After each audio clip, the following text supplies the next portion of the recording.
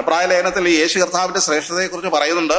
അതിന്റെ 7-ാം അധ്യായം 26-ാമത്തെ വാക്യത്തിൽ ഇങ്ങനെയുള്ള മഹാപുരോഹിതനല്ലോ നമുക്ക് വേണ്ടിയത്. എന്തൊക്കെയാ? പവിത്രൻ, നിർമ്മലൻ, നിർദോഷൻ, പാപികളോട് വേർപെട്ടവൻ, സ്വർഗത്തേക്കാൾ ഉന്നതനായി തീർന്നവൻ. ഇത്രയ്ക്ക് പവിത്രനായ മറ്റൊരു വ്യക്തിത്വം ഇല്ല. യേശു കർത്താവ് പാപരഹിതനാണ്. He led a perfect life. അവൻ ഏറ്റവും സമ്പൂർണമായിട്ടുള്ള ഒരു ജീവിതം നയിച്ചവനാണ്. യേശു കർത്താവിന്റെ ജീവിതത്തെ ഒന്ന് വിശകലനം ചെയ്ത് നോക്കിക്കോളൂ. ലോകത്തിൽ താൻ മനുഷ്യനായിട്ട് ജനിച്ച് മനുഷ്യനായിട്ട് ജീവിച്ചു. അവൻ സമ്പൂർണ്ണ ദൈവവും സമ്പൂർണ്ണ മനുഷ്യനുമായിട്ട് ഈ ഭൂമിയിൽ ജീവിച്ചപ്പോൾ അവന്റെ ജീവിതത്തിലെ ഇടപാടുകൾ, അവന്റെ മനോഭാവങ്ങൾ, അവന്റെ വാക്കുകൾ ഇത് പരിശോധിച്ച് നോക്കിയാൽ അതിനകത്ത് ഒരു ന്യൂനതയും ആർക്കും കണ്ടെത്തുവാനായിട്ട് സാധിക്കും. പലപ്പോഴും നമ്മൾ ചിന്തിക്കാറുണ്ട്, ഈ ന്യൂനത എന്ന് പറയുന്നത് നമുക്ക് ചിലപ്പോൾ മറ്റുള്ളവർ ഇവാലുവേറ്റ് ചെയ്യുന്ന സമയത്ത് നമുക്ക് ന്യൂനത ഇല്ലാത്തതായിട്ട് കാണിക്കുവാൻ സാധിക്കും. എന്നാൽ യേശു കർത്താവിനെ സംബന്ധിച്ച് അവന്റെ ജനനം മുതൽ അവന്റെ മരണം വരെ അവന്റെ പിന്നാലെ പിന്തുടരുന്ന കണ്ണുകളുണ്ടായിരുന്നു.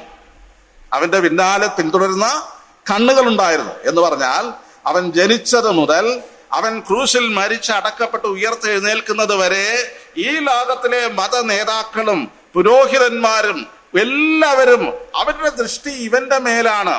എന്താണ് ഒരു കുറവുള്ളത്? എന്താണ് ഒരു കുറവുള്ളത്? ഒരു ന്യൂനതയുള്ളത് അല്ലെ? നമ്മൾ സാധാരണ ഇങ്ങനെ പറയാറുണ്ട്, ദോഷൈക ദൃക്കുകൾ എന്ന് പറഞ്ഞാൽ എന്ത് നന്മയുണ്ടെങ്കിലും അതിനകത്ത് ഏറെ കാണത്തുള്ളൂ ദോഷം മാത്രമേ കാണൂ അല്ലെ? ക്ഷീരമുള്ള ഒരു അകിടിൻ ചുവട്ടിലും ചോര തന്നെ കൊതുകിന് കൗതുകം. അത് സാധാരണ മനുഷ്യന്റെ ഒരു ബലഹീനതയാണ്. നോക്കട്ടെ, ഒരു 100 നന്മകളുള്ള ഒരു മനുഷ്യനില് ഒരു ചെറിയൊരു ഫ്ലോ, ചെറിയൊരു ന്യൂനത കണ്ടാൽ എന്തായിരിക്കും പുറത്ത് നമ്മൾ ആ വ്യക്തിയെ കുറിച്ച് ചിത്രീകരിക്കുന്നത്?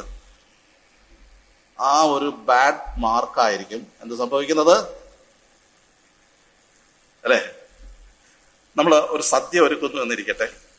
സദ്യയിൽ വിഭവ സമൃദ്ധമായിട്ടുള്ള എല്ലാ ഐറ്റം ഉണ്ട്. എത്ര ഐറ്റം വേണം? ഒരു 10-25 ഐറ്റം ഉണ്ട് എന്നിരിക്കട്ടെ. എല്ലാം ഉണ്ട്. 25 ഐറ്റത്തില് എല്ലാം ക്ഷേമമാണ്. അതിനകത്ത് ഏതെങ്കിലും ഒരു ഐറ്റത്തിന് ചെറിയ ന്യൂനത വന്നാൽ എന്തായിരിക്കും സദ്യയെ കുറിച്ചുള്ള നമ്മുടെ ഒരു റിമാർക്ക്? കഴിച്ച ചിക്കന് കുഴപ്പമില്ല, ഫ്രൈക്ക് കുഴപ്പമില്ല, മറ്റൊന്നിനും കുഴപ്പമില്ല, ഏതെങ്കിലും ഒരു സൈഡ് ഡിഷിനകത്ത് ഇച്ചിരി കൂടെ ഉപ്പാകാമായിരുന്നു. പ്രിയമുള്ളവരെ, യേശു കർത്താവിൽ ഒരു ന്യൂനതയും കണ്ടെത്തുവാനായിട്ട് സാധിക്കില്ല. അന്ന് ഈ മതപുരോഹിതന്മാർ യേശു കർത്താവിനെ കുടുക്കുവാനായിട്ട് ചോദ്യം ചോദിക്കും അല്ലെ? ഒരു ചോദ്യം നിങ്ങൾക്കറിയാം, പരിചിതമായിട്ടുള്ള ഒരു ചോദ്യമാണ്. കൈസർക്ക് കരം കൊടുക്കുന്നത് വിഹിതം. നമുക്ക് ഇതിനകത്ത് കൊടുക്കാനായിട്ട് ഒരു ഇതുണ്ട് അല്ലെ? ഒരു ട്രാപ്പുണ്ട്. എന്താ? വിഹിതമല്ല എന്ന് പറഞ്ഞു കഴിഞ്ഞാൽ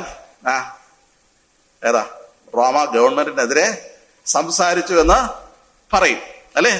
ഇനി കൊടുക്കണം എന്ന് പറഞ്ഞു കഴിഞ്ഞാൽ അത് അവിടുത്തെ പ്രാദേശിക സമൂഹത്തിന് എതിരായിരിക്കും. കാരണം അവര് ആരുടെയാ? റോമൻ ഭരണത്തിന് കീഴിലാണ്. അപ്പോ കൊടുക്കരുത് എന്ന് പറഞ്ഞു കഴിഞ്ഞാൽ ഗവർണർ പിഴയിടും. കൊടുക്കണം എന്ന് പറഞ്ഞു കഴിഞ്ഞാൽ ജനം എന്ത് ചെയ്യും? യേശു കർത്താവിനെതിരെ തിരിയും. രണ്ടു പറഞ്ഞാലും യേശു കർത്താവ് മറുപടി പറഞ്ഞത് എന്താ? നിങ്ങൾ കൊടുക്കണമെന്നാണോ കൊടുക്കണ്ടെന്നാണോ പറഞ്ഞത്? ഒരു നാണയം തരാൻ പറഞ്ഞു. അതിലെ സ്വരൂപവും മേലെഴുത്തും ആരുടേതാണെന്ന് ചോദിച്ചു. കൈസർക്കുള്ളത് കൈസർക്കും, ദൈവത്തിനുള്ളത് ദൈവത്തിനും കൊടുക്കും. അവിടെ പോലും വാക്കിൽ കുടുക്കുവാനായിട്ട് ശ്രമിച്ചിട്ട് ഒരു കുടുക്കില് യേശു കർത്താവ് വീണിട്ടില്ല. അപ്പോ ഇനി യേശു കർത്താവിന്റെ ജീവിതത്തെ സൂക്ഷ്മമായിട്ട് നിരീക്ഷിക്കുന്ന ഒരു സ്വർഗം ഉണ്ടായിരുന്നു. നാം അത് മനസ്സിലാക്കുന്നുണ്ടോ? പിതാവായ ദൈവം പുത്രനെ സൂക്ഷ്മമായിട്ട് നിരീക്ഷിച്ചു കൊണ്ടിരിക്കുകയാണ് അല്ലെ? നമ്മൾ വചനത്തിൽ ഇങ്ങനെ വായിക്കുന്നുണ്ട്, താൻ അനുഭവിച്ച കഷ്ടം മുഖാന്തരം അനുസരണം പഠിച്ച് തികഞ്ഞവനായ യേശു കർത്താവിനെ കുറിച്ച് എബ്രായ ലേഖനത്തിൽ നമ്മൾ വായിക്കുന്നുണ്ട്. സ്വർഗത്തിലെ പിതാവായ ദൈവം പുത്രന്റെ ജീവിതത്തെ സൂക്ഷ്മമായിട്ട് നിരീക്ഷിക്കുകയാണ്. അത് കേവലം പുറമേ കാണുന്ന ഒരു നിരീക്ഷണമല്ല. ലോകത്തിലെ മനുഷ്യർക്ക് പുറമേ ഉള്ള വാക്കുകളും അപ്പിയറൻസും മാത്രമേ കാണുവാൻ സാധിക്കുകയുള്ളൂ. എന്നാൽ ഉയർത്തുന്നുള്ള പിതാവായ ദൈവം യേശു കർത്താവിന്റെ ഇന്നർ മോസ്റ്റ് വരെ എന്ത് ചെയ്യുന്നുണ്ട്? ശോധന ചെയ്യുന്നുണ്ട്. അകവും പുറവും ഒരുപോലെ യേശു കർത്താവിനെ നിരീക്ഷിക്കുന്നുണ്ട്. നിരീക്ഷിച്ചിട്ട് ദൈവം സാക്ഷ്യപ്പെടുത്തുകയാണ്, ഇവൻ എൻ്റെ പ്രിയപുത്രൻ, ഇവനിൽ ഞാൻ പ്രസാദിച്ചിരിക്കുന്നു. പിതാവായ ദൈവത്തിന്റെ മുമ്പാകെ തന്റെ വിശുദ്ധിയുടെ സകല റിക്വയർമെന്റും അതിനനുഗുണമായിട്ട് പൂർത്തീകരിച്ച ഒരു യേശു കർത്താവാണ്. ലോകപ്രകാരം നീതിന്യായ വ്യവസ്ഥകളുണ്ട്, കോടതിയുണ്ട്. അതിന്റെ മുമ്പാകെ യേശു കർത്താവിനെ വിസ്തരിക്കുകയാണ്. എത്ര തവണയാണ് മാറി മാറി വിസ്തരിക്കുന്നത്? മതപരമായിട്ടുള്ള കോടതി, അവിടുത്തെ രാഷ്ട്രീയമായിട്ടുള്ള കോടതി, ഇവിടെ മാറി മാറി ആവർത്തിച്ച് വിസ്തരിച്ചിട്ട് നിയമപ്രകാരം എഴുതപ്പെട്ട നിയമാവലി പ്രകാരം ഒരു ലംഘനവും നല്ല കാണുവാനായിട്ട് സാധിക്കും. പ്രിയമുള്ളവരെ, യേശു കർത്താവ് വാസ് എ പെർഫെക്റ്റ് സാക്രിഫൈസ്. അവൻ പെർഫെക്റ്റ് ആയിട്ടുള്ള ഒരു മനുഷ്യനായിരുന്നു. അവൻ ഒരു ജീവിതം അങ്ങനെ കാഴ്ചവെച്ചു. അത്ര വിശിഷ്ടമായിട്ടുള്ള ഒരു ജീവിതത്തിന് ഉടമയായ യേശു കർത്താവാണ് ഈ രക്ഷാനായകനായിട്ട് തീർന്നിരിക്കുന്നത്, അല്ലെ? മറ്റൊരു കാര്യം എന്ന് പറയുന്നത്, യേശു കർത്താവ് ഈ രക്ഷ എങ്ങനെയാ സാധിപ്പിച്ചു തന്നത്? ഒരു സബ്സ്റ്റിറ്റ്യൂട്ടറി സാക്രിഫൈസ് വഴിയാണ്. അതായത് പകരമായിട്ടൊരു യാഗം അർപ്പിക്കപ്പെട്ടുകൊണ്ടാണ്. നാം കൊരിന്ത്യർക്ക് എഴുതിയ 2-ാം ലേഖനം അതിന്റെ 5-ാം അധ്യായം 21-ാം വാക്യത്തിൽ ഇങ്ങനെ വായിക്കുന്നുണ്ട്: പാപം അറിയാത്തവനെ നാം അവനിൽ ദൈവത്തിന്റെ നീതിയാകേണ്ടതിന് അവനെ പാപമാക്കി. അപ്പോ മനുഷ്യരുടെ ലോകത്തിന്റെ പാപത്തെ മുഴുവൻ യേശു കർത്താവിന്റെ മേൽ ചുമത്തിയിട്ട് അതിന് സമ്പൂർണമായിട്ടുള്ള ഒരു യാഗ അർപ്പണമാണ്. യോഹന്നാൻ യേശു കർത്താവിനെ കുറിച്ച് പറയുന്ന സാക്ഷ്യമുണ്ടല്ലോ. എന്താ? ഇതാ ലോകത്തിന്റെ പാപം ചുമന്നു നീക്കുന്ന എന്ന് പറഞ്ഞാൽ അതിന്റെ അർത്ഥം ലോകത്തിലെ സകല മനുഷ്യരുടെയും പാപം. ഞാൻ മറ്റൊരു രീതിയിൽ പറഞ്ഞാൽ, ആദാം മുഖാന്തരം ലോകത്തിലേക്ക് പ്രവേശിച്ച പാപത്തിന്റെ സമ്പൂർണത എത്രയുണ്ടോ ആ പാപം മുഴുവൻ യേശു കർത്താവിന്റെ ശിരസിന്മേൽ അവൻ ചുമന്നു നീക്കുകയാണ്. ഇനി എന്തില്ല? ആ പാപത്തിന് എന്തിന്റെ ആവശ്യമില്ല? ഒരു റെമിഷൻ, മറ്റൊരു ചുമന്ന് നീക്കുവാനായിട്ട് മറ്റൊരു പ്രവൃത്തിയുടെ ആവശ്യമില്ല, മറ്റൊരു യാഗത്തിന്റെ ആവശ്യമില്ല. ഈ പാപത്തിന്റെ സമ്പൂർണമായിട്ടുള്ള പരിഹാരം യേശു കർത്താവ് വരിക്കുകയാണ്, അല്ലെങ്കിൽ അവൻ നിവർത്തിക്കുകയാണ്. അതിലൂടെ ഇത് വലിയ രക്ഷയാണ്. മാത്രമല്ല, അവന്റെ പുനരുത്ഥാനത്തിലൂടെ അവനത് ഉറപ്പിച്ചിരിക്കുകയാണ്. ഓക്കെ, പ്രിയമുള്ളവരെ, യേശു കർത്താവ് അല്ലെങ്കിൽ രക്ഷിതാവ്, അവന്റെ വലിപ്പം ഈ രക്ഷയുടെ വലിപ്പത്തിന്റെ മാറ്റുകൂട്ടുന്ന ഒരു കാര്യം. രണ്ടാമത്തെ കാര്യം എന്ന് പറയുന്നത്, it is great because of the great cost. ഇതിന്റെ പിന്നിൽ മുടക്കിയ മുതൽമുടക്ക് എന്ന് പറയുന്നത് വലുതാണ്. ഓക്കെ, നമ്മൾ വായിക്കുന്നുണ്ട് കൊരിന്ത്യർക്ക് എഴുതിയ 1-ാം ലേഖനം 6-ന്റെ 20-ാമത്തെ വാക്യത്തിൽ, നിങ്ങളെ വിലയ്ക്ക് വാങ്ങിയിരിക്കുന്നു. എന്താ അതിന്റെ ആശയം എന്നറിയാമോ? അടിമച്ചന്തയില് വിൽപ്പനയ്ക്കായിട്ട് നിൽക്കുന്ന ഒരു അടിമയെ സംബന്ധിച്ചിടത്തോളം അവന് എത്ര വിലയാണോ ഉടമസ്ഥൻ മതിക്കുന്നത് ആ വില കൊടുത്ത് അവനെ അടിമച്ചന്തയിൽ നിന്ന് വാങ്ങുകയാണ്. വാങ്ങിയിട്ട് അവനെ സ്വതന്ത്രനായിട്ട് വിടുകയാണ്. അവനെ മതിപ്പ് വില എത്രയാണോ ആ വില കൊടുത്തിട്ട് അവനെ വാങ്ങുകയാണ്. പ്രിയമുള്ളവരെ, ദൈവം നമ്മെ വിലയ്ക്ക് വാങ്ങിയിരിക്കുകയാണ്. ഈ ഒരു ചിന്ത നമ്മെ ഭരിക്കുന്നുണ്ടോ? അവിടെ അത് വിലയ്ക്ക് വാങ്ങിയിരിക്കുന്നതിനാൽ എന്താണ്? നിങ്ങൾ താന്താങ്ങൾക്കുള്ളവരല്ല എന്ന് നിങ്ങൾ അറിയുന്നില്ലയോ എന്നാ ചോദിക്കുന്നത്. അപ്പോ പലപ്പോഴും നമ്മുടെ സെൽഫിലേക്ക്, സ്വയത്തിലേക്ക് പലപ്പോഴും നാം വീക്ഷിക്കാറുണ്ട്. അവിടെ ചില റിസർവേഷൻസ് ഒക്കെ നാം എന്ത് ചെയ്യാറുണ്ട്? നാം സൂക്ഷിക്കാറുണ്ട്. ഞാൻ എന്നതാണ്, ഞാനിതാണ്, എന്റേതാണ് എന്നൊക്കെ നമ്മൾ പറയാറുണ്ട്. പക്ഷേ വാസ്തവത്തിൽ എന്താ സംഭവിച്ചതെന്ന് അറിയാമോ? ഈ രക്ഷയിലൂടെ ദൈവം നമ്മെ എന്ത് ചെയ്തിരിക്കുന്നു? വിലയ്ക്ക് വാങ്ങി തന്റെ വകയാക്കി തീർത്തിരിക്കുകയാണ്. നാം ഇതുവരെ പിശാചിന്റെ വകയായിരുന്നു, പാപത്തിന് അടിമകളായിരുന്നു, പിശാചിന്റെ ഇഷ്ടമനുസരിച്ച് മുന്നോട്ട് പോയിക്കൊണ്ടിരിക്കുന്നവരായിരുന്നു, അതിന് നരകത്തിന് ആടുകളായിട്ട് വിൽക്കപ്പെട്ടവരായിരുന്നു. എന്നാൽ ആ സ്ഥാനത്ത് നിന്ന് ദൈവം നമ്മെ വിലയ്ക്ക് വാങ്ങിയിരിക്കുകയാണ്. എത്ര രൂപയായിരിക്കും കൊടുത്തത്? എന്ത് വിലയാണ് കൊടുത്തത്? പ്രിയമുള്ളവരെ, നമ്മൾ മത്തായി സുവിശേഷം 20-ന്റെ 28-ാമത്തെ വാക്യത്തിൽ നാം ഇങ്ങനെ വായിക്കുന്നുണ്ട്: മനുഷ്യപുത്രൻ ശുശ്രൂഷ ചെയ്യപ്പാനല്ല, ശുശ്രൂഷിപ്പാനും അനേകർക്ക് വേണ്ടി തന്റെ ജീവനെ മറുവിലയായിട്ട് കൊടുക്കുവാൻ. നോക്കണേ, ഈ വില എന്ന് പറയുന്നത് യേശു കർത്താവിന്റെ ജീവനെ മറുവില എന്ന് പറയുന്നത് റാൻസം എന്ന് പറയുന്നത്. റാൻസം എന്ന് പറഞ്ഞാൽ മോചനദ്രവ്യം എന്നാണ് അതിന്റെ അർത്ഥം, അല്ലെ? നമ്മൾ പലപ്പോഴും ഇത് കേൾക്കാറുണ്ട്, മോചനദ്രവ്യം. ഗൾഫ് നാടുകളില് ഏതെങ്കിലും കൊലപാതകത്തിനോ അല്ലെങ്കിൽ മറ്റെന്തെങ്കിലും ക്രിമിനൽ ഒഫൻസിനോ വിധേയമായിട്ട് തടവിലാക്കപ്പെട്ട് കഴിഞ്ഞാൽ അവരെ റിലീസ് ചെയ്യണമെങ്കിൽ എന്ത് വേണ്ടി വരും? മോചനദ്രവ്യം കൊടുക്കേണ്ടി വരും. എത്രയായിരിക്കണം മോചനദ്രവ്യം? അവർ ചെയ്ത കുറ്റത്തിന്റെ ഗ്രാവിറ്റി അനുസരിച്ച് മോചനദ്രവ്യം അതിന്റെ അളവ് കൂടിക്കൊണ്ടേയിരിക്കും. അല്ലെ? അത് ചില കേസുകളിൽ മോചനദ്രവ്യം കൊടുത്താലും എന്ത് ചെയ്യാൻ പറ്റില്ല, രക്ഷപ്പെടാനായിട്ട് പറ്റില്ല. എന്നാൽ മറ്റു ചില ക്രമക്കേടുകൾക്ക് നിയമം വഴി ഇത്ര മോചനദ്രവ്യം കൊടുക്കാമെങ്കിൽ റിലീസ് ചെയ്യാം. അത് ഒരുപക്ഷെ ആ വ്യക്തിയെ കൊണ്ട് പേ ചെയ്യാനായിട്ട് സാധ്യമല്ല. അതിനു വേണ്ടിയിട്ട് ഇവിടെ പല പിരിവുകളൊക്കെ നടത്തി ആൾക്കാര് കോടിക്കണക്കിന് ദിറംസ് എന്ത് ചെയ്യും, സംഘടിപ്പിച്ച് കൊണ്ട് ആ മോചനദ്രവ്യം റാൻസം മണി കൊടുത്തു കഴിഞ്ഞാൽ അതിന് പകരമായിട്ട് ആ വ്യക്തി എന്ത് ചെയ്യാണ്, റിലീസ് ചെയ്യും. പ്രിയമുള്ളവരെ, ഒരു വലിയ റാൻസം മറുവില കൊടുത്തിട്ടാണ് ദൈവം നമ്മെ വീണ്ടെടുത്തിരിക്കുന്നത് എന്നുള്ളത് നാം ഓർത്തിരിക്കുക. മറുവിലയുടെ വലിപ്പം നാം മനസ്സിലാക്കാതെ പോകരുത്. നമ്മൾ അപ്പോസ്തല പ്രവൃത്തിയിൽ 20-ാം അധ്യായം 28-ാമത്തെ വാക്യത്തില് നാം കൂടെ നമ്മൾ ഓർക്കുന്ന ഒരു വാക്യമുണ്ട്. നിങ്ങളെ തന്നെയും താൻ സ്വന്തം രക്തത്താൽ സമ്പാദിച്ച, എന്താ സ്വന്തം രക്തത്താൽ സമ്പാദിച്ച എന്ന് പറഞ്ഞാൽ നമ്മൾ പലപ്പോഴും ഇങ്ങനെ പറയാറുണ്ട്, ഞാൻ സമ്പാദിച്ചതാണ് എൻ്റെ വീട്, അല്ലെങ്കിൽ എൻ്റെ വെൽത്ത്, അല്ലെങ്കിൽ എൻ്റെ സേവിങ്സ്, ഞാൻ സമ്പാദ്യം. ബാങ്കുകാരൊക്കെ ഇവിടെ ഇരിപ്പുണ്ടല്ലോ, സമ്പാദി. ഇവിടെ യേശു കർത്താവ് എങ്ങനെയാണ് സഭയെ സമ്പാദിച്ചത്? യേശു കർത്താവ് എങ്ങനെയാണ് ദൈവസഭയെ തന്റേതാക്കി മാറ്റിയത്? എന്താ? സ്വന്തം രക്തത്താൽ അവൻ സമ്പാദിച്ചിരിക്കുന്നു. നോക്കണേ, ആ മറുവില അല്ലെങ്കിൽ അതിന് കൊടുത്ത വില എന്ന് പറയുന്നത് വലിയ വിലയാണ്. സ്വന്തം രക്തത്താൽ. ലേഖനത്തിൽ നമ്മൾ വായിക്കുന്നുണ്ട്, സഭയെ എന്ത് ചെയ്തു? തന്റേതാക്കി മാറ്റുവാൻ വേണ്ടി തന്റെ ജീവൻ നൽകിയിട്ടാണ് അവളെ സ്നേഹിച്ചത്. പ്രിയമുള്ളവരെ, ഈ വില എന്ന് പറയുന്നത് ഹ്യൂജ് എമൗണ്ട്. നമ്മുടെ സങ്കീർത്തനങ്ങളിൽ വായിക്കുന്നത്, സഹോദരൻ ശവക്കുഴി കാണാതെ എന്നേക്കും ജീവിച്ചിരിക്കേണ്ടതിന് അവനെ വീണ്ടെടുപ്പാനോ, അടുത്തത് ദൈവത്തിന് വീണ്ടെടുപ്പ് വില കൊടുപ്പാനോ ആർക്കും സാധ്യമല്ല. എന്തുകൊണ്ടാ? അവന്റെ വീണ്ടെടുപ്പ്, പ്രാണന്റെ വീണ്ടെടുപ്പ് വിലയേറിയത്. അത് ഒരു നാളും സാധിക്കുകയില്ല. ഒരു മീൻസിലും ഒരു മനുഷ്യനും ഈ വീണ്ടെടുപ്പിന്റെ മറുവില അത് കൊടുത്തിട്ട് എന്നാ ഞാൻ രക്ഷപ്പെട്ടേക്കാം എന്ന് പറയുവാനായിട്ട് സാധ്യമല്ല. അത് ഹ്യൂജ് എമൗണ്ട് ആണ്. നോക്കണേ, ദൈവത്തിന് മറുവില യേശു കർത്താവ് കൊടുത്തു. അതിന്റെ മതിപ്പ് വില, പിടിപ്പത് വില, ഇനി അല്പം പോലും കുറയാതെ വേണം മുഴുവൻ പിതാവിന്റെ മുമ്പാകെ സമർപ്പിച്ചിട്ടാണ് എന്ത് ചെയ്തിരിക്കുന്നത്? ഈ പിശാചിന്റെ അടിമത്തത്തിൽ നിന്ന് അവരെ വിലയ്ക്ക് വാങ്ങിയിരിക്കുന്നത്. പ്രിയമുള്ളവരെ, അവൻ എന്ത് വിലയാണ് കൊടുത്തത്?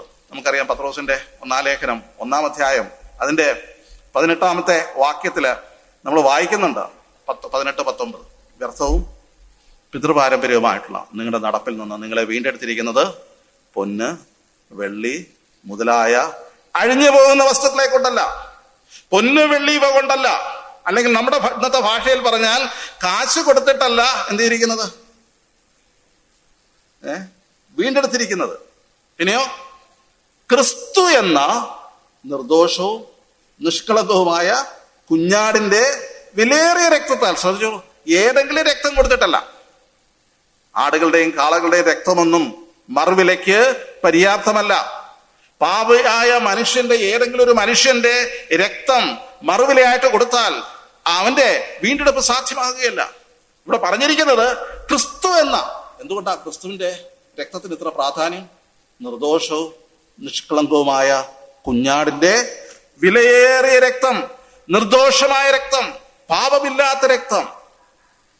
അതുകൊണ്ടാണ് യേശു കർത്താവിന്റെ രക്തത്തിന് ഇത്ര മൂല്യം വരുന്നത്. എന്തുകൊണ്ടാ?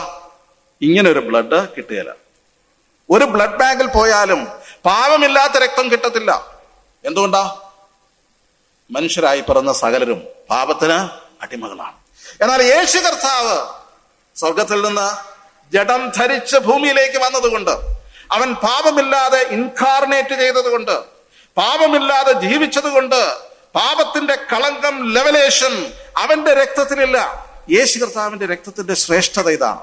പ്രിയമുള്ളവരെ, കുഞ്ഞാടിന്റെ വിലയേറിയ രക്തം, ആ വാക്കിനും എന്തില്ല, ഒരു ലിമിറ്റ് ഇല്ല, അല്ലെ?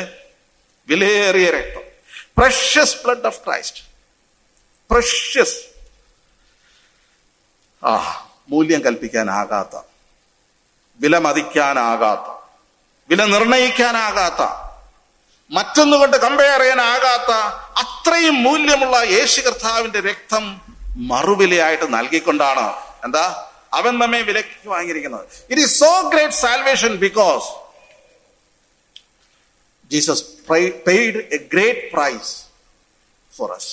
നമുക്ക് വേണ്ടി വലിയ വില കൊടുത്തിട്ടാണ് അവൻ വിലയ്ക്ക് വാങ്ങി. മൂന്നാമത്തെ കാര്യം, ഈ രക്ഷ ഇത്രയും വലുതാകാനുള്ള കാര്യം, അവൻ വീണ്ടെടുത്ത മനുഷ്യരെ സംബന്ധിച്ചിടത്തോളം അവൻ എവിടെയായിരുന്നു?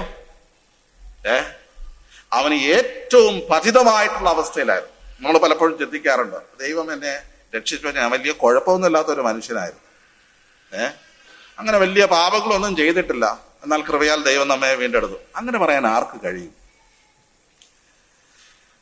പൗലോസ് ഇതിനെയൊക്കെ ചിന്തിക്കുന്നുണ്ട്.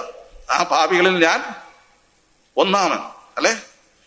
റോമാലേഖനം 7-ാം അധ്യായത്തിൽ വായിക്കുന്നുണ്ട്, അയ്യോ ഞാൻ അരിഷ്ട മനുഷ്യൻ, അയ്യോ ഞാൻ അരിഷ്ട മനുഷ്യൻ. പലപ്പോഴും നമ്മുടെ പാപത്തിന്റെ ഗ്രാവിറ്റിയെ നമ്മൾ കുറച്ച് വില കുറച്ച് കാണാറുണ്ട്.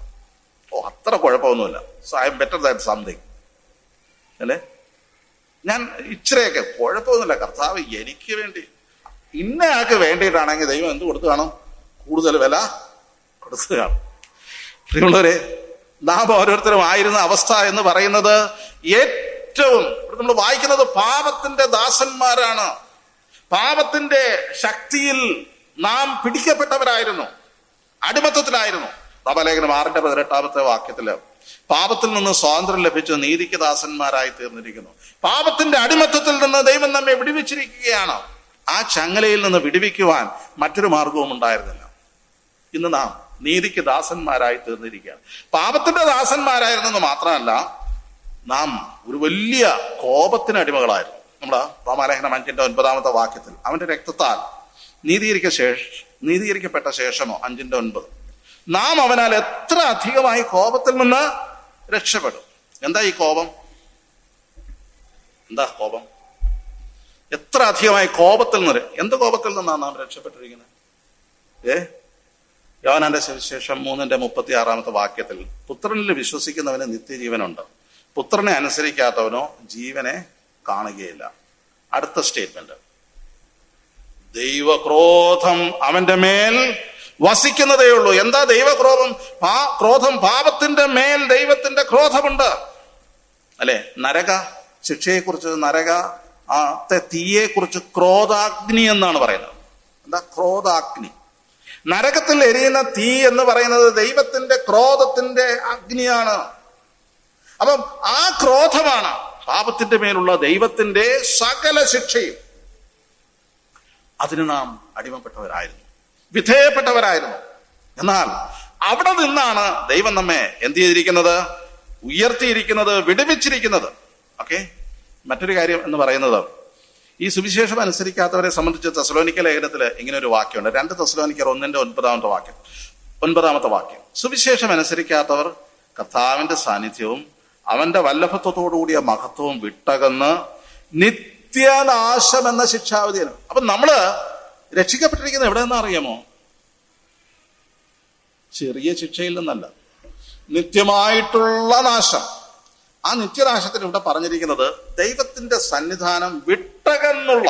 ഇപ്പൊ നരകത്തിന്റെ ഏറ്റവും വലിയ തീഷ്ണത എന്താണെന്നറിയാമോ? ഏറ്റവും വലിയ ഭീകരത എന്താണെന്നറിയാമോ? There is no presence of God. There is no presence of God. ദൈവത്തിന്റെ സന്നിധാനം വിട്ടകന്നുള്ള ഒരു അനുഭവമാണ് നിത്യനാശം എന്ന് പറയുന്നത്. അവിടെ ദൈവികമായിട്ടുള്ള എന്തെങ്കിലും ഗുണവിശേഷങ്ങൾ നമുക്ക് ദർശിക്കുവാനാകില്ല. നിത്യനാശം എന്ന ശിക്ഷാവിധി, ദൈവത്തിൽ നിന്ന് എന്നേക്കുമായിട്ട് നരകത്തിൽ കൈവിടപ്പെടുന്ന അവസ്ഥയിൽ നിന്ന് ദൈവം നമ്മെ എന്ത് ചെയ്തിരിക്കുകയാണ്? വിടുവിച്ചിരിക്കുകയാണ്.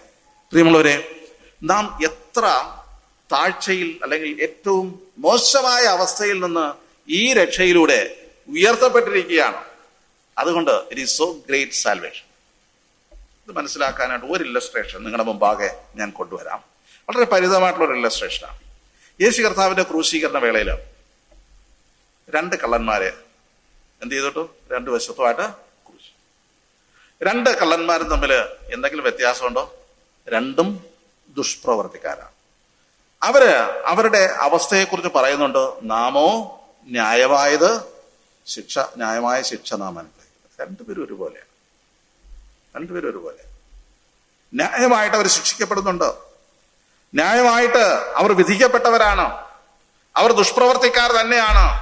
അതിലൊരു മാറ്റമില്ല. എന്നാൽ ഇതില് ഒരു കള്ളൻ കർത്താവിനോട് അപേക്ഷിക്കുന്നുണ്ട്. കർത്താവെ, നീ രാജ്യത്വം പ്രാപിച്ചു വരുമ്പോൾ എന്നെ ഓർത്തുകൊള്ളണം. വിശ്വാസത്താലുള്ള കർത്താവിന്റെ മുഖത്തേക്ക് നോക്കി അവൻ ഒന്ന് സമീപിച്ചതേ ഉള്ളൂ. കർത്താവിന്റെ മറുപടി എന്താണെന്നറിയാമോ? ഇന്ന് നീ എന്നോടുകൂടെ പറുദീസയിലിരിക്കും. തൊട്ടു മുമ്പിലത്തെ നിമിഷം വരെ ഈ രണ്ട് കള്ളന്മാരും എവിടെയായിരുന്നു? പാതാളത്തിന് ഓഹരിക്കാരായിരുന്നു. വിശ്വാസത്താൽ യേശു കർത്താവിലേക്ക് നോക്കിയപ്പോൾ ആ നിമിഷത്തിങ്കൽ ഈ ക്രൂസിലെ അനുതപിച്ച കള്ളൻ, മാനസാന്തരപ്പെട്ട കള്ളൻ എന്ത് ചെയ്യുകയാണ്? പറുദീസയിലേക്ക് ഉയർത്തപ്പെടുകയാണ്. രക്ഷ നൽകുന്ന ഡ്രാസ്റ്റിക് ഡിഫറൻസ് ഇതാണ്. എന്താ? ഒരു സെക്കൻഡിന്റെ, ഒരു നിമിഷാർത്ഥത്തിന്റെ വ്യത്യാസം കൊണ്ട് നരകത്തിന് നിത്യതയോളം നിത്യനാശത്തിലേക്ക് പോകേണ്ട അവസ്ഥയിൽ നിന്ന് ഒരു വ്യക്തി നിത്യനാശത്തിലേക്ക് പോകുമ്പോൾ മറ്റേ വ്യക്തി എങ്ങോട്ടാ പോകുന്നത്? എന്നോടുകൂടെ പറുദീസയിലിരിക്കും. ഓ, യേശു കർത്താവിനോടൊപ്പം ആയിരിക്കുകയാണ്. രക്ഷയുടെ ശ്രേഷ്ഠത ഒന്ന് നോക്കിക്കോളൂ. രക്ഷയുടെ വലിപ്പം ഒന്ന് നോക്കിക്കോളൂ. നാം അനുഭവിക്കുന്ന രക്ഷയുടെ വലിപ്പം ഇതാണ് പ്രിയപ്പെട്ടവരെ. അത് നമ്മുടെ മിടുക്കുകൊണ്ടല്ല. യേശു കർത്താവ് വലിയ വില കൊടുത്തത് നേടിയതാണ്. വിശ്വാസത്താൽ അതിനെ സമീപിച്ചു എന്നതുകൊണ്ട് മാത്രം. ഞാൻ ചോദിച്ചോട്ടെ, ഈ ക്രൂസിലെ കള്ളൻ എത്ര സൽപ്രവർത്തികൾ ചെയ്തു?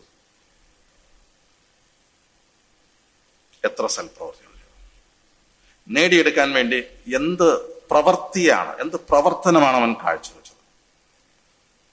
അവൻ ഈ വിശ്വാസത്തിന് ശേഷം അവന് കർത്താവിന് വേണ്ടി ജീവിക്കാനായിട്ട് എത്ര സമയം അവന് കിട്ടി? ഒന്നും കിട്ടിയില്ല.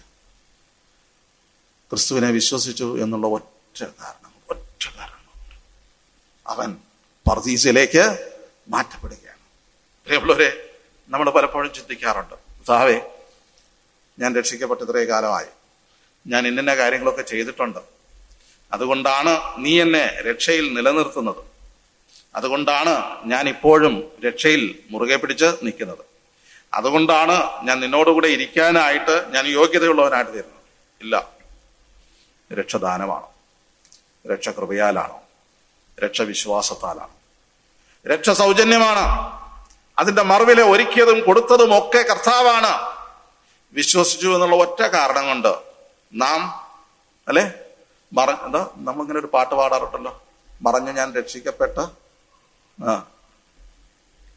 അരക്ഷണത്തിൽ, അരക്ഷണത്തിൽ എന്ന് പറയുന്നത് രക്ഷിക്കപ്പെടാനായിട്ട് എത്ര സമയം വേണം?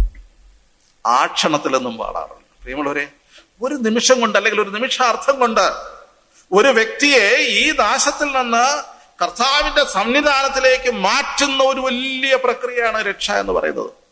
It is so great salvation. രണ്ടാമത് ഒരു ഉദാഹരണം കൂടെ നിങ്ങൾക്ക് അതിനോടുള്ള ബന്ധത്തിൽ ഞാൻ പറയാം. ധനവാന്റെ ലാസറിന്റെയും ആ ഉപമ നമുക്ക് എല്ലാവർക്കും അറിയാം, അല്ലേ? അവിടെ പറയുന്ന ഈ ധനവാനും ലാസറും തമ്മിലുള്ള അന്തരം, അവരുടെ ഡിസ്റ്റൻസ് എത്രമാത്രം ഉണ്ട്? ധനവാനും ലാസറും ഭൂമിയിൽ ജീവിച്ചിരുന്നപ്പോൾ അവർ തമ്മിലുള്ള ഡിസ്റ്റൻസ് വളരെ കുറവായിരുന്നു, അല്ലേ? ലാസർ എവിടെയാ താമസിച്ചിരുന്നത്? അവന്റെ പടിവാതിൽക്കൽ, അവന്റെ വീട്ടിന്റെ വാതിൽക്കൽ. അവർ വളരെ ക്ലോസ് ആയിരുന്നു. തമ്മിൽ അറിയാമായിരുന്നു? അറിയാം, രണ്ടുപേർക്കും അറിയാം. രണ്ടുപേരുടെ അവസ്ഥയും അറിയാം. ധനവാൻ എങ്ങനെയായിരുന്നു എന്നും ലാസർ എങ്ങനെയായിരുന്നു എന്നും ലാസർ എങ്ങനെ ഉപജീവിച്ചു എന്നും പിന്നെ രണ്ടുപേരുടെ മനോഭാവം, ഇതെല്ലാം അവർക്ക് രണ്ടുപേർക്കും അറിയാം. എന്നാൽ മരണശേഷം ഇവർ മാറ്റപ്പെടുന്ന രണ്ട് സ്ഥലങ്ങളുണ്ട്. അവ തമ്മിലുള്ള ഡിസ്റ്റൻസ് എത്രയാണ്? അവ തമ്മിലുള്ള അകലം എത്രയാണ്? ജീവിച്ചിരുന്നപ്പോൾ രണ്ടുപേരും അടുത്തടുത്ത് ജീവിച്ചവർ, വീടിന്റെ പടിവാതിൽക്കൽ ജീവിച്ചവർ, രണ്ടുപേരും അടുത്തറിയുന്നവർ, രണ്ടുപേർക്കും അങ്ങോട്ടും ഇങ്ങോട്ടും അറിയാമായിരുന്നു. എന്നാൽ മരണശേഷം അവർ മാറ്റപ്പെടുന്നത് വളരെ അകലത്തിലേക്കാണ്, അല്ലെ? അവിടെ പറയുന്ന ഒരു പ്രയോഗമുണ്ട്, ഒന്ന് വായിക്കാമോ? ലൂക്കോസിന്റെ സുവിശേഷം 16:26 വാക്യം. ലൂക്കോസിന്റെ സുവിശേഷം 16 അധ്യായം അതിന്റെ 26 വാക്യം. ഓക്കെ, അത്രയുമല്ല ഞങ്ങൾക്കും നിങ്ങൾക്കും നടുവേ വലിയൊരു പിളർപ്പ് ഉണ്ടാക്കിയിരിക്കുന്നു. There is a great gulf fixed. There is a great gulf fixed. സ്വർഗവും നരകവും തമ്മിൽ, അല്ലെങ്കിൽ അധമപാതാളവും പർദീസയും തമ്മിൽ ഉള്ള ഡിസ്റ്റൻസ്, ഗ്യാപ്പ് എന്ത് മാത്രമാണ്. ഇത് ആ കഥാസന്ദർഭം നിങ്ങൾ വായിച്ചു നോക്കിക്കഴിഞ്ഞാൽ, ഞാനൊക്കെ ചെറുപ്പത്തിൽ ഇത് ഭാവനയിൽ കണ്ടത്, ഇത് ഏതോ 2 സ്ഥലമാണ്. ഇതിനെക്കുറിച്ചൊക്കെ പറഞ്ഞിരിക്കുന്നത് അധമപാതാളം, മേളില് പർദീസ. ഇതൊക്കെ എൻ്റെ മനസ്സിൽ ചെറുപ്പത്തിലുണ്ടായിരുന്ന ഒരു കൺസെപ്റ്റ് എന്ന് പറയുന്നത്, ഈ ഭൂമിയുടെ അടിയിൽ ഏതോ ഒക്കെ 2 തട്ടാണ്. നിങ്ങൾ എന്നെ തെറ്റിദ്ധരിക്കരുത്, എൻ്റെ ബാല്യത്തിൽ ഞാൻ ചിന്തിച്ചത് അങ്ങനെയൊക്കെയാണ്. ആ 2 തട്ടും തമ്മിൽ ഇടയ്ക്കൊരു ഗ്യാപ്പുണ്ട്. ആ ഗ്യാപ്പ് ഒരു മനുഷ്യന് ചാടി അപ്പുറത്ത് പോകാൻ പറ്റില്ല. ചാടിയാൽ എവിടെ വീഴും? ഇടയ്ക്കുള്ള ഗൾഫിൽ വീഴും, അല്ലേ? സാധാരണ ചെറിയൊരു തോടൊക്കെ ഉണ്ടെങ്കിൽ, ഇടയ്ക്കൊരു തോടുണ്ട്, ഇവിടുത്തെ ചാടി അപ്പുറത്ത് കിടക്കാൻ പറ്റില്ല. അത്ര അടുത്തുനിന്നാണ് ഞാൻ വിചാരിച്ചിരുന്നത്. There is a great gulf fixed എന്ന് പറഞ്ഞാൽ, ഒരു കാരണവശാലും ഒരു കാലത്തും ഒരു വ്യക്തിക്ക് എന്ത് ചെയ്യാൻ പറ്റില്ല? പാതാളത്തിൽ നിന്ന് പർദീസയിലേക്ക് ട്രാൻസ്ഫർ ഇല്ല. തിരിച്ചും പർദീസയിൽ നിന്ന് പാതാളത്തിലേക്കും എന്തില്ല? ഉണ്ടോ? ട്രാൻസ്ഫർ ഉണ്ടോ? ഇല്ല. There is a great gulf fixed. ഇനി വേറൊരു രസം എന്ന് പറഞ്ഞു കഴിഞ്ഞാൽ, ഈ 2 സ്ഥലങ്ങളും കൃത്യമായിട്ട് അവർക്ക് കാണാം. ഇത്ര ദൂരമുണ്ടെങ്കിലും, ഇത്ര അകലമുണ്ടെങ്കിലും, ഗ്രേറ്റ് ഗൾഫ് ആണെങ്കിലും, 2 അനുഭവമാണെങ്കിലും, എന്താ?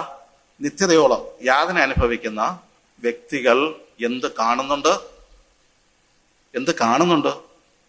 ഓ, എനിക്ക് കാണണ്ട എന്ന് പറഞ്ഞൊരു മറയിടാൻ, ഒരു സ്ക്രീൻ ഇടാനായിട്ട് സാധ്യമല്ല. ഈ കാഴ്ച ഭീകരമാണ്. എന്തുകൊണ്ടെന്നാൽ, നാം അറിയുന്നവർ, നമ്മുടെ പടിവാതിൽക്കുള്ളവർ, നാം പ്രതീക്ഷിക്കാത്തവർ എവിടെ? പർദീസയിൽ കാണുമ്പോൾ ആ യാതനയുടെ ആ വ്യാപ്തി കൂടും. പ്രിയമുള്ളവരെ, ഇതാണ് ധനവാന് സംഭവിച്ചത്. Okay, the earthly status doesn't determine eternal destiny. ഭൂമിയിൽ നാം എന്തായിരിക്കുന്നു എന്നുള്ളത്, എന്ത് അനുഭവത്തിലായിരിക്കുന്നു എന്നുള്ളത് നമ്മുടെ നിത്യതയുമായിട്ട് ബന്ധത്തിലൊന്നും. നമ്മൾ എന്തും ആയിക്കൊള്ളട്ടെ, നാം പാപ്പരായിക്കൊള്ളട്ടെ, നാം ലാസറിനെ പോലെ ഒരുപക്ഷെ സ്വയം ഹെൽപ്പ് ചെയ്യാൻ പോലും വയ്യാത്ത ലാസറിന്റെ അവസ്ഥ നമുക്കറിയാലോ. ആകർഷണീയമല്ല, ഒട്ടും ആകർഷണീയമല്ല. എന്നാൽ അതും അവന്റെ നിത്യതയും തമ്മിൽ ഒരു ബന്ധമില്ല. ഇനി ആഡംബരത്തോടുകൂടെ ദിവസവും സുഖിച്ചുകൊണ്ടിരുന്ന ധനവാന്റെ ജീവിതാവസ്ഥ എന്തുമായിക്കൊള്ളട്ടെ, അതും അവനിപ്പോൾ ആയിരിക്കുന്ന യാതനാ സ്ഥലത്ത് യാതന അനുഭവിക്കുന്ന, ഒരു തുള്ളി വെള്ളത്തിന് വേണ്ടി ദാഹിക്കുന്ന ആ ഒരു അനുഭവം. അപ്പൊ ഈ ഭൂമിയിൽ നമ്മൾ ജീവിക്കുന്ന ജീവിത അവസ്ഥകളൊന്നും ഏതിനെ ബാധിക്കുന്നില്ല? നമ്മുടെ ഡെസ്റ്റിനിയെ ബാധിക്കുന്നില്ല. But what matters is the faith in Jesus Christ. എന്താണ് ഈ ധനവാനെയും ലാസറിനെയും തമ്മിൽ ഇത്രയും വലിയ വ്യത്യാസത്തിലേക്ക് കൊണ്ടുപോകുവാനായിട്ട് കാരണമായി തീർന്നത്?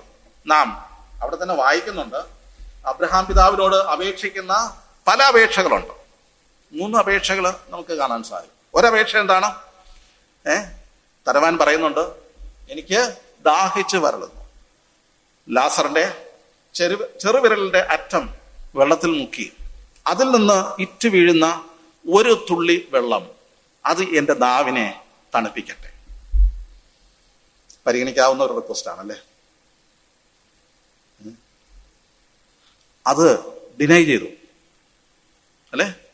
രണ്ടാമത്തെ കാര്യം എന്ന് പറയുന്നത്,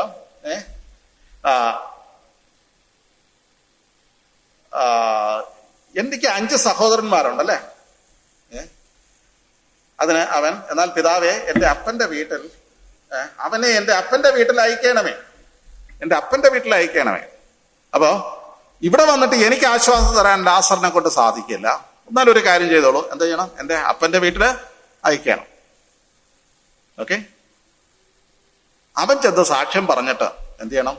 അവര് മാനസാന്തരപ്പെടണം. എൻ്റെ 5 സഹോദരന്മാര് അവിടെ ഉണ്ട്. അതും നിരാകരിച്ചു. അതായത് മരിച്ചവരിൽ നിന്ന് ഒരാൾ തിരിച്ചു തന്ന് എന്ത് ചെയ്യണം? അവരോട് രക്ഷാവർത്തമാനം പറയണം. എന്നാൽ മൂന്നാമത്തെ റിക്വസ്റ്റ് എന്ന് പറയുന്നത്, എന്തെങ്കിലും ആൾട്ടർനേറ്റ് സൗകര്യം ഉണ്ടോ? അവരിവിടെ വരാതിരിക്കണം. എൻ്റെ 5 സഹോദരന്മാർ ഇവിടെ വരാതെ ഇരിക്കണം. അവിടെ നൽകിയ ഒരേ ഒരു ഓപ്ഷനേ ഉള്ളൂ. അവിടെ മോശയും പ്രവാചകന്മാരും ഉണ്ട്. ഓക്കെ, അവർ പറഞ്ഞിട്ട് വിശ്വസിക്കാതിരുന്നാൽ ഒരുത്തൻ എഴുന്നേറ്റ് ചെന്നാലും എന്ത് ചെയ്യില്ല? വിശ്വസിക്കുകയല്ല. പ്രിയമുള്ളവരെ, വിശ്വാസം എന്ന് പറയുന്നതിന് ഇത്രയും ശക്തിയുണ്ട്, ഇത്രയും പവർഫുള്ളാണ്, ഇത്രയും ചേഞ്ച് വരുത്തും എന്നുള്ളത് നമുക്ക് ഈ സംഭാഷണത്തിലൂടെ മനസ്സിലാക്കുവാനായിട്ട് സാധിക്കും. പ്രിയമുള്ളവരെ, ഈ പശ്ചാത്തലത്തിൽ നമ്മുടെ രക്ഷയെക്കുറിച്ച്, ഇത്ര വലിയ രക്ഷ എന്ന് പറയുന്നതിന്റെ ആശയം മനസ്സിലാവുന്നുണ്ടോ? നമ്മൾ കൃപയാൽ ലഭ്യമായിരിക്കുന്ന രക്ഷ ഇത്ര വലിയ രക്ഷയാണ് എന്ന് പറഞ്ഞാൽ അഥവാ പാതാളത്തിൽ നിന്ന് പർദൂസയിലേക്ക് മനുഷ്യനെ മാറ്റുന്ന ഒരവസ്ഥയാണ്. മറ്റൊന്ന്, രണ്ടുപേരും ദുഷ്പ്രവർത്തിക്കാർ ന്യായമായ ശിക്ഷയിൽ ശിക്ഷിക്കപ്പെടുമ്പോൾ രണ്ടുപേരെയും വ്യത്യസ്തരാക്കുന്ന ഒരു രക്ഷയാണ് ഈ രക്ഷ എന്ന് പറയുന്നത്. ഞാൻ 2 ഉദാഹരണം എന്നോടുള്ള ബന്ധത്തിൽ പറഞ്ഞു എന്നേ ഉള്ളൂ. എത്ര മോശമായിട്ടുള്ള അവസ്ഥയിൽ നിന്നാണ് അവൻ രക്ഷിക്കപ്പെട്ടിരിക്കുന്നത്. രണ്ടാമത്, രക്ഷ നമുക്ക് നൽകുന്ന ഏറ്റവും ശ്രേഷ്ഠമായ അനുഭവങ്ങൾ, because of what it saves us to. എന്തിലേക്കാണ് നമ്മെ രക്ഷിക്കപ്പെട്ടിരിക്കുന്നത്? എന്തിലേക്കാണ്?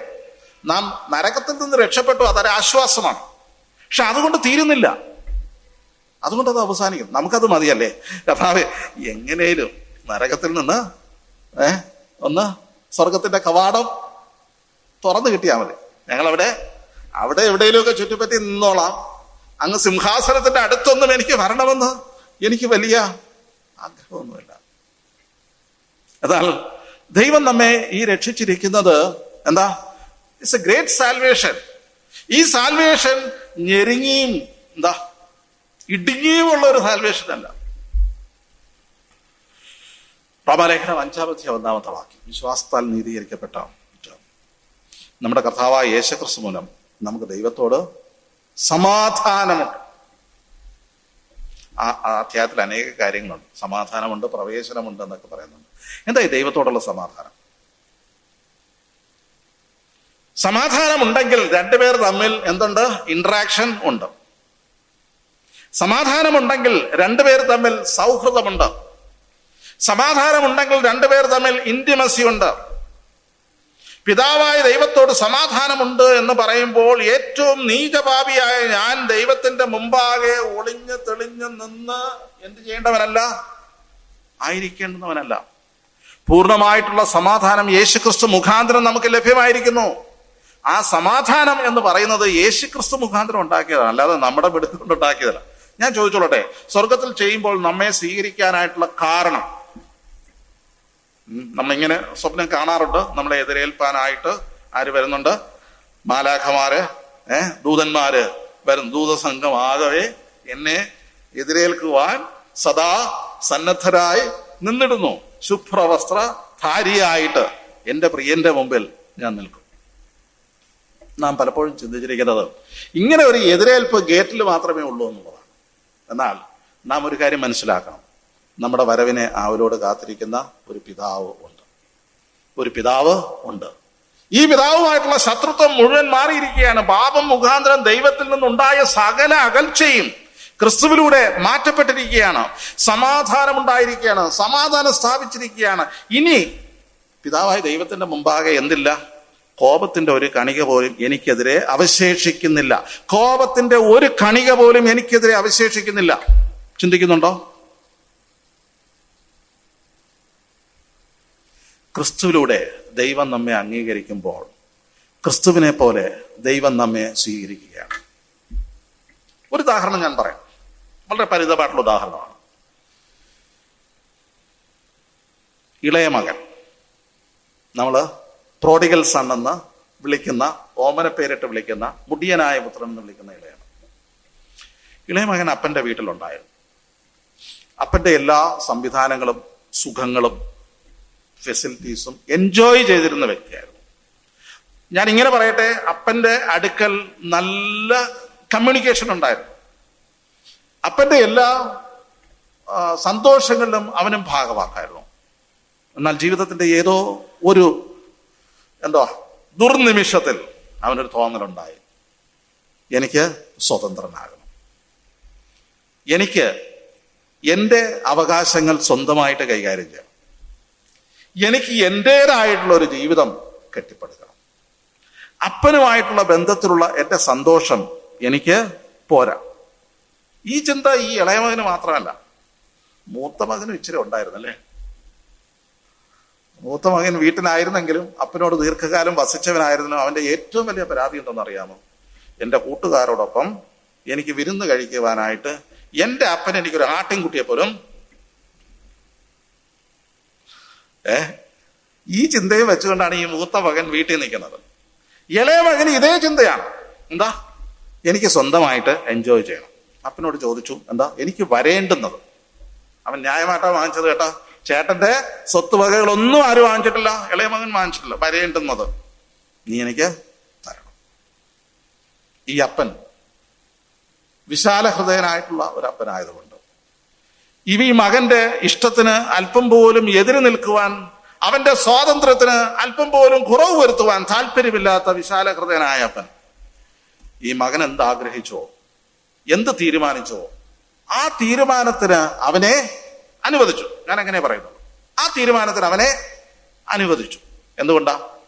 ഈ മകന്റെ തീരുമാനത്തിന് എഗൻസ്റ്റ് ആയിട്ട് ഈ അപ്പൻ തൻ്റെ അപ്പൻ എന്നുള്ള പദവി ഒരു ചരടായിട്ട്, ഒരു പിടിവള്ളിയായിട്ട് മകന്റെ മേൽ വെച്ചിട്ടില്ല.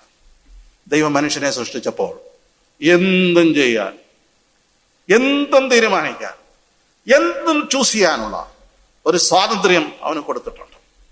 പക്ഷേ ഓരോ അവന്റെ തീരുമാനത്തിന് അതിൻ്റെതായിട്ടുള്ള പരിണത ഫലങ്ങൾ ഉണ്ടാകും. അവന്റെ തീരുമാനം എന്തായാലും അതിനെ ഫോഴ്സ്ഫുള്ളി ഗ്രാബ് ചെയ്യാനായിട്ട് സ്വർഗത്തിലെ ദൈവം ആഗ്രഹിക്കുന്നില്ല. ഈ മകൻ അപ്പന്റെ കയ്യിൽ നിന്ന് തൻ്റെ വസ്തുവക വാങ്ങി അവൻ സ്വരൂപിച്ചു എന്നാ പറയാം. എന്ന് പറഞ്ഞാൽ അവന് കൊണ്ടുപോകണം. ഒരു പക്ഷെ അവന്റെ ഷെയർ ആണെങ്കിൽ അവന് ചുമന്നു കൊണ്ടുപോകാനാകില്ല. അവന്റെ ബിലോങ്ങിങ്സ് ആണെങ്കിൽ അവനത് ട്രാൻസ്ഫർ ചെയ്യാൻ സാധ്യമല്ല. സ്വരൂപിച്ചു എന്നുള്ളത് ഒരുപക്ഷെ ഒരു ഫ്ലോട്ടിംഗ് മണിയായിട്ടോ അല്ലെങ്കിൽ കൊണ്ടു നടക്കുവാൻ പര്യാപ്തമായ എന്തെങ്കിലും മൂല്യതയുള്ള വസ്തുവായിട്ടോ, അത് പണമായിരിക്കാം, അല്ലെങ്കിൽ ഗോൾഡ് ആയിരിക്കാം, അല്ലെങ്കിൽ നാണ്യങ്ങളായിരിക്കാം. അങ്ങനെ അത് സ്വരൂപിച്ച് അവന്റെ ഇഷ്ടത്തോട് അവൻ പോവുകയാണ്. ശ്രദ്ധിച്ചോളൂ, ഇവൻ എത്ര ദോഷത്തിലേക്ക് പോയോ, എത്ര നീചനായോ ഈ അപ്പന്റെ ഹൃദയം ഒന്ന് നോക്കണേ. അവൻ മടങ്ങി വരുമ്പോൾ, അവനെ സ്വീകരിക്കുമ്പോൾ, അവൻ എവിടെ പോയി എന്തായി തീർന്നു എന്നുള്ളതൊന്നും അവൻ എന്തായിരുന്നില്ല, ഒരു വിഷയമായിരുന്നില്ല. പിന്നെയോ അപ്പന്റെ ഏറ്റവും വലിയ സന്തോഷം എന്ന് പറയുന്നത് അവൻ വീട്ടിലേക്ക് വന്നു. അവന്റെ കാശ് നഷ്ടമായി, അവനുള്ളതെല്ലാം നഷ്ടമാക്കി, അവൻ എൻ്റെ സമ്പാദ്യം മുഴുവൻ നശിപ്പിച്ചു, അവൻ അവന്റെ ശരീരത്തെ അപമാനിച്ചു, അവൻ ദുർനടപ്പുകാരനായി ജീവിച്ചു, അവന്റെ വസ്ത്രമെല്ലാം മുഷിഞ്ഞു. ഒരറപ്പും ഈ അപ്പന് ഉണ്ടായില്ല. നമ്മളൊക്കെ അപ്പന്മാരാണല്ലോ. ഇങ്ങനെ പോയ ഒരു മകനെ നമ്മൾ എങ്ങനെയായിരിക്കും റിസീവ് ചെയ്യുന്നത്? അവൻ മടങ്ങി വന്നു, ശരിയാണ്, മാനസാന്തരപ്പെട്ടു, ശരിയാണ്. പക്ഷേ അവന്റെ കുറ്റങ്ങൾക്കും അവന്റെ തെറ്റുകൾക്കുമെല്ലാം നാം കണക്ക് പറഞ്ഞ് അവനോട് വിശദീകരണം ചോദിക്കും. അവനെ പഴയതുപോലെ ഉൾക്കൊള്ളുവാനായിട്ട് നമുക്ക് പലപ്പോഴും സാധിച്ചുവെന്ന് വരികയില്ല. അവൻ എത്രത്തോളം അകലെ പോയോ അത്രത്തോളം ഡിസ്റ്റൻസ് പിന്നത്തേതിലും നാം അവരോട് കാണിച്ചുകൊണ്ടേയിരിക്കും. എന്നാൽ ഈ അപ്പന്റെ ആ സ്നേഹം ഒന്ന് നോക്കണേ. ഈ അപ്പൻ മകന്റെ മടങ്ങി വരവ് കാത്ത് ഇരിക്കുകയാണ്. ദൂരത്ത് നിന്ന് തന്നെ ഈ അപ്പൻ അവനെ തിരിച്ചറിയുക. വരട്ടെ, അല്ലെ? വരട്ടെ, അവൻ പോയതല്ലേ, എന്നെ ധിക്കരിച്ചു പോയതല്ലേ, അവൻ വരട്ടെ, ഞാൻ ഇരിക്കുന്നിടത്തേക്ക് അവൻ വരട്ടെ.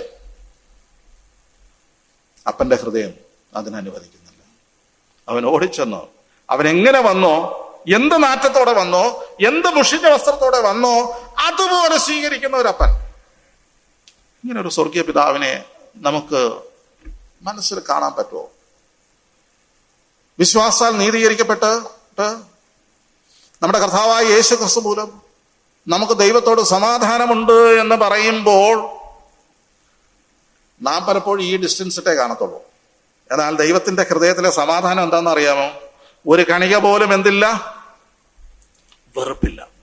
എന്തുകൊണ്ടെന്നാൽ ഈ മകനെ സ്വീകരിക്കുന്നത് ഈ മകന്റെ നന്മ കൊണ്ടോ അവൻ ചെയ്ത ദോഷത്തിന്റെ അടിസ്ഥാനത്തിലല്ല. പിന്നെയോ അവനെ മടക്കി കൊണ്ടുവരുവാൻ വേണ്ടി യേശുക്രിസ്തു ഒരു വലിയ വില കൊടുത്തു. ഈ യേശുക്രിസ്തു ഒരു വലിയ വില കൊടുത്തു കഴിഞ്ഞു. ആ വിലയുടെ മുമ്പാകെ ഈ ക്രിസ്തുവിൽ ആശ്രയിക്കുന്ന ആരെയും ഇത് നമുക്ക് ഉൾക്കൊള്ളാൻ വലിയ ബുദ്ധിമുട്ടാണ്. പലപ്പോഴും നമ്മുടെ കണ്ണുകൾ വിശ്വാസികളെ പല തരങ്ങളിലായിട്ട് നാം ചിന്തിക്കുവാൻ സാധിക്കും. ഇത് ഗ്രേഡ് 1, ഇത് ഗ്രേഡ് 2, ഇത് ഗ്രേഡ് 3. കർത്താവിന് അങ്ങനെ ഒരു കാഴ്ചപ്പാടുണ്ടോ? പിതാവായ ദൈവത്തിൻ്റെ പ്രവേശനം ഗ്രേഡ് 1, ഗ്രേഡ് 2, ഗ്രേഡ് 3. ഒന്ന് 10 ലക്ഷം കൊടുത്ത് വാങ്ങിച്ചത്, മറ്റത് 5 ലക്ഷം കൊടുത്ത് വാങ്ങിച്ചത്, മറ്റത് പണ്ടൊക്കെ ചെറുപ്പത്തില് നമ്മുടെ മാതാപിതാക്കൾ നമ്മളെ പ്രകോപിപ്പിക്കാൻ വേണ്ടി പറയുന്ന, നിന്നെ മാർക്കറ്റിൽ നിന്ന് 10 ചക്കച്ചുള കൊടുത്തിട്ട് നിന്നെ വാങ്ങിച്ചതാണ്. ഇതൊക്കെ പറയുമ്പോൾ നമുക്ക് എന്ത് ഫീലിംഗ് ആവും അല്ലേ? 10 ചക്കച്ചുളയുടെ വില മാത്രമേ എനിക്ക് ഉള്ളൂ. ഓ പ്രിയമുള്ളവരെ, ദൈവം നമുക്ക് നൽകിയ രക്ഷയുടെ മൂല്യം എന്ന് പറയുന്നത് ഒരേ മൂല്യമാണ്. അവരാരും ആയിക്കൊള്ളട്ടെ, എന്തും ആയിക്കൊള്ളട്ടെ, എങ്ങനെയും ആയിക്കൊള്ളട്ടെ, ക്രിസ്തു മുഖാന്തരം നമ്മെ ദൈവം സ്വീകരിച്ചിരിക്കുന്നത് ഒരേ സ്റ്റാറ്റസിലാണ്. നമുക്ക് വേണ്ടി കർത്താവ് മുടക്കിയത് തുല്യ മൂല്യമാണ്. അങ്ങനെയാണെങ്കിൽ നമ്മുടെ കാഴ്ചപ്പാടുകൾ മാറേണ്ടിയിരിക്കുന്നു. നാം ലോകപ്രകാരം പലപ്പോഴും പല തട്ടുകളിലായിട്ട് ചിന്തിക്കും, പല ഗ്രേഡിൽ നാം ഒരുപക്ഷെ പരിഗണിക്കും. എന്നാൽ സ്വർഗത്തിലെ പിതാവായ ദൈവത്തിന് ഒരേ ഒരു ഗ്രേഡേ ഉള്ളൂ, ഒരേ ഒരു മൂല്യമേ ഉള്ളൂ. ആ മൂല്യം എന്ന് പറയുന്നത് കാൽവരി ക്രൂശിൽ സ്വന്തം പുത്രന്റെ വിലയേറിയ രക്തം, മറുവില, അതേ വില ഓരോ വ്യക്തിക്കും എനിക്ക് വേണ്ടി കൊടുത്ത വീണ്ടെടുപ്പ് വിലയും, മറ്റൊരു സഹോദരന് വേണ്ടി, സഹോദരിക്ക് വേണ്ടി കൊടുത്ത വീണ്ടെടുപ്പ് വിലയും ഒരേ. ഞാൻ ചോദിച്ചോട്ടെ, ഈ സഹോദരന്മാർക്ക് വേണ്ടി കുറച്ച് കൂടുതൽ വില കൊടുത്തതാണ് അല്ലേ? എന്ത് പറയുന്നു? അതുകൊണ്ടാണ് അവർക്ക് ചില കൂടുതൽ പരിഗണനകള്, ശുശ്രൂഷകള് ഉണ്ട് അല്ലേ? എന്ത് പറയുന്നു? ലോക മാർക്കറ്റിൽ ഒരുപക്ഷെ ജെൻഡർ ഡിസ്ക്രിമിനേഷൻ ഉണ്ടായിരിക്കാം. എന്നാൽ സ്വർഗത്തിന്റെ നീതിയുടെ മുമ്പാകെ, സ്വർഗത്തിലെ സ്വീകാര്യതയുടെ മുമ്പാകെ രണ്ടു കൂട്ടർക്കും ഒരേ മൂല്യം. ഓക്കെ, സ്വർഗത്തിൽ പാട്ട് പാടാനായിട്ട് സഹോദരന്മാർക്ക് ഒരു ഒരു പ്രത്യേക, മറ്റവർക്ക് വേറെ ഉണ്ടോ? 2 ഗ്രൂപ്പ്. ജെൻഡർ വ്യത്യാസം അവിടെ ഇല്ല അല്ലെ? എന്താ നമുക്കത് ഇപ്പൊ മനസ്സിലാക്കാൻ പറ്റാത്തത്? ദൈവസേനയിൽ രണ്ടുപേരും ഒരേ മൂല്യത്തിലാണെന്ന്, ഒരേ സ്റ്റാറ്റസിലാണെന്ന്, അവർക്ക് വേണ്ടി ദൈവം മുടക്കിയ വില ഒരേ വിലയാണെന്ന് ഇത് മനസ്സിലാക്കാൻ സാധിക്കുമെങ്കിൽ നമുക്ക് വൈജാത്യങ്ങളെ മറന്ന് എന്ത് ചെയ്യാൻ സാധിക്കും? പരസ്പരം സ്വീകരിക്കാൻ സാധിക്കും. ക്രിസ്തുവിലൂടെ ദൈവം നമ്മെ സ്വീകരിച്ചത് ഒരു വലിയ മർമ്മമാണ്, വലിയ സ്വീകരണമാണ്. ആ സമാധാനം വലിയൊരു സമാധാനം. എനിക്ക് മുന്നോട്ട് പോകാനായിട്ട് സാധ്യമല്ല, എൻ്റെ സമയം അവസാനിച്ചു. കർത്താവ് അനുവദിക്കുന്നെങ്കിൽ ഇതിന്റെ ബാക്കി ഭാഗങ്ങൾ നമുക്ക് മറ്റൊരു സമയത്ത് ചർച്ച ചെയ്യാം. ഈ രാത്രി സമയം നാം ചിന്തിക്കാനായിട്ട് ശ്രമിച്ചത് സോ ഗ്രേറ്റ് സാൽവേഷൻ, ഈ രക്ഷയുടെ വലിപ്പവും അതിന്റെ പിന്നിലെ യേശു കർത്താവിന്റെ കോൺട്രിബ്യൂഷനും, യേശു കർത്താവിന്റെ ക്രൂശിലെ യാഗത്തിന്റെ ശ്രേഷ്ഠതയും, അതിലൂടെ നമുക്ക് പിതാവിന്റെ സന്നിധിയിൽ ലഭ്യമായ സ്വീകാര്യതയും.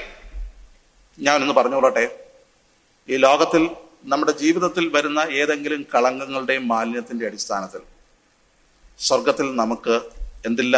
സ്വീകാര്യതയ്ക്ക് ഒരു വ്യത്യാസം. സ്വീകാര്യതയ്ക്ക്, അവിടെയുള്ള അക്സെപ്റ്റൻസിന് എന്തില്ല? ഒരു വ്യത്യാസമില്ല. But there is difference in rewards. പ്രതിഫലങ്ങളിൽ വ്യത്യാസമുണ്ട്. ഓക്കെ, പ്രതിഫലങ്ങളിൽ വ്യത്യാസമുണ്ട്. എന്നാൽ സ്വർഗത്തിലെ രക്ഷയുടെ മൂല്യത്തിന് എന്തില്ല? വ്യത്യാസങ്ങള് ഇല്ല. ദൈവം നമ്മെ ആ നിലയിൽ അംഗീകരിച്ചിരിക്കുന്നു. അങ്ങനെയാണെങ്കിൽ നമ്മുടെ രക്ഷയിൽ സന്തോഷിക്കാൻ നമുക്ക് സാധിക്കുമോ? ആ രക്ഷ ഒരുക്കിയ ദൈവത്തെങ്കിൽ നമുക്ക് പ്രശംസിക്കുവാൻ സാധിക്കുമോ? അങ്ങനെയാണെങ്കിൽ, ഇത്ര വലിയ രക്ഷയാണെങ്കിൽ, ആ വലിയ രക്ഷ ദൈവം നമുക്ക് ദാനമായിട്ട് നൽകിയെങ്കിൽ, ഇത്ര വലിയ രക്ഷ ഗണ്യമാക്കാതെ പോയാൽ എങ്ങനെ തെറ്റിയൊഴിയും? നാം എങ്ങനെ ഈ രക്ഷയെ നെഗ്ലക്റ്റ് ചെയ്യും? എങ്ങനെ നാം ഈ രക്ഷയെ വില കുറച്ചതായിട്ട് കാണും? ഇല്ല, അതിന്റെ മൂല്യം അറിയുന്നുവെങ്കിൽ അതിനനുസരിച്ചുള്ള നിലവാരത്തിൽ ക്രിസ്ത്യ ജീവിതം നയിക്കുവാനായിട്ട് നമുക്ക് ആവശ്യമുണ്ട്. ഈ ചിന്തകൾ, ഈ വചന കേൾവി നമ്മുടെ ആത്മീയ ജീവിതത്തെ ഒന്ന് വിലയിരുത്തുവാനും ആ രക്ഷയുടെ വലിപ്പത്തെ ഒന്ന് വിലമതിക്കുവാനും, ദൈവസന്നിധിയിൽ ക്രിസ്തു മുഖാന്തരം നമ്മെ നിരപ്പിച്ച വലിയ നിരപ്പും സമാധാനവും ഒക്കെ എന്തുമാത്രമാണ് എന്ന് ബോധ്യപ്പെട്ട് അതിന്റെ അടിസ്ഥാനത്തിൽ നമ്മുടെ മനോഭാവങ്ങളും നമ്മുടെ പ്രതികരണങ്ങളും ഉണ്ടാകുവാനായിട്ട് ദൈവാത്മാവ് നമ്മെ സഹായിക്കട്ടെ. അവന്റെ നാമം ഇന്നും എന്നേക്കും